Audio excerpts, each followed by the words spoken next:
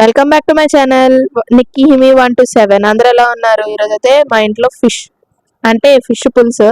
So ingredients process మెల్కమ్మ చెప్పిద్ది అనమాట. అది మీరు వినండి, చేయండి, చేశాక నాకు కామెంట్ సెక్షన్లో పెట్టండి.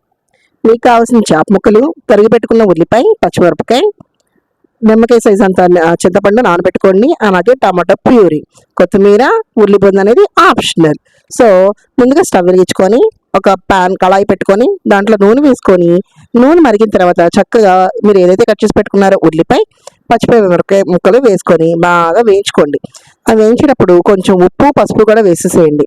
మీకు కొంచెం పసుపు మగ్గిన తర్వాత చక్కగా అల్లం వెల్లుల్లి పేస్ట్ యాడ్ చేసుకోండి. అల్లం వెల్లుల్లి పేస్ట్ యాడ్ చేసుకొని అల్లం వెల్లుల్లిపాయ బాగా మగ్గిపోవాలి. ఎలా తెలిసిద్ది? నూనె పైకి తేలితే ఓకే, అల్లం వెల్లుల్లి పేస్ట్ మగ్గిపోయింది అనుకోండి. చక్కగా మగ్గిపోయిన తర్వాత మీరు ఏం చేస్తారు అంటే చక్కగా ఉల్లికాయలు వేసుకోండి.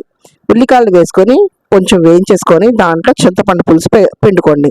చింతపండు పులుసు వేసిన ఒక 2 మినిట్స్కి టమాటా ప్యూరీ కూడా వేసేసేయండి. వేసేసి చక్కగా సిమ్లో పెట్టి దాన్ని బాగా మరగనివ్వండి. మరిగితే వాటర్ బబుల్స్ వస్తూ ఉంటాయి.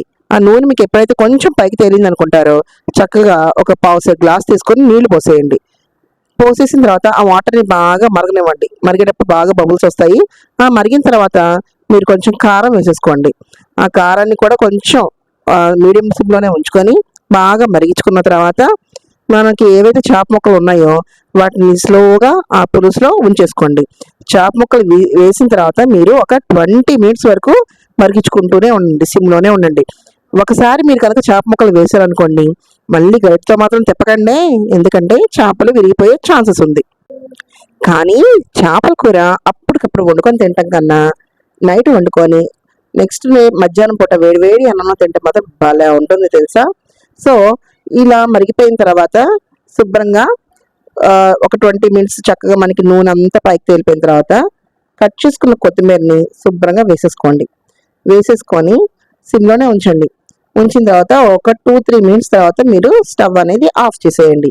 ఇలా మీకు ఒక చిన్న టిప్ చెప్తాను. ఏంటంటే పిల్లలు కనుక లెటర్ ఐడెంటిఫికేషన్ లేదనుకోండి, మీరు వాళ్ళని రివర్స్లో చదవడం మొదలుపెట్టండి. అంటే ABCD అన్నారనుకోండి, DCBA అని కూడా లాస్ట్లో కొత్తిమీర వేసేసుకోండి. అలాగే వేడి చేపల పులుసు రెడీ అయిపోయింది. సో లైక్ చేసి, కామెంట్ చేసి, షేర్ చేసి, సబ్స్క్రైబ్ చేసుకోవడం మాత్రం మర్చిపోకండి. బాయ్.